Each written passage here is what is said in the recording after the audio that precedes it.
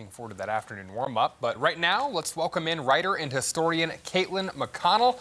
She runs an online project called Ozarks Alive, features stories about the Ozarks and its people. Kaitlyn, thanks for waking up early with us, as you always do. Thank you for having me. Of course, of course. So let's start with something a little different here.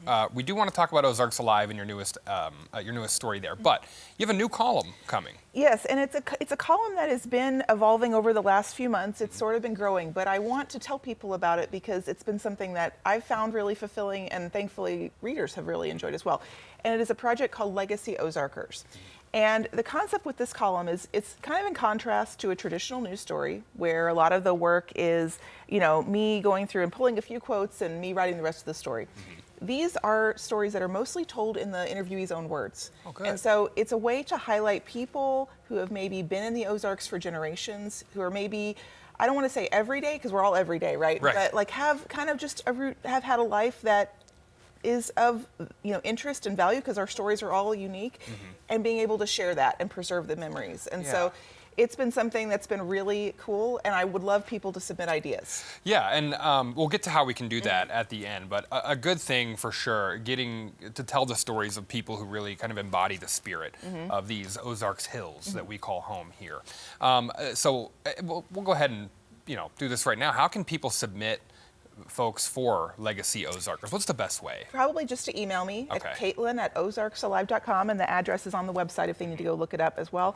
But really, anybody who's over around 80 years old, who's lived here for generations, and kind of think of it similarly to Humans of New York, if you're familiar with that concept. If people are familiar with that. It just is a way to tell an everyday life story and remind people that every story is unique, and we all need to understand and appreciate them for the future. And that's something you've become accustomed to doing with Ozarks Alive. And speaking of, talk to us about your newest article there. So one of the next articles that's going to come out this week is about a little town called Wentworth, which is kind of around Pierce City, if people are familiar with that area. But it stems from a story I initially began telling last summer. And I had gone to this auction at this very old store in Wentworth. The last store in town had been there for, I think, 130 years or something like that. And nobody knew quite what was going to happen to it. It was, up for auction. Everything's going to be sold. But it was this amazing story, and this longtime family stepped up to buy the building and decided they wanted to transform it into something that would be of value for the community.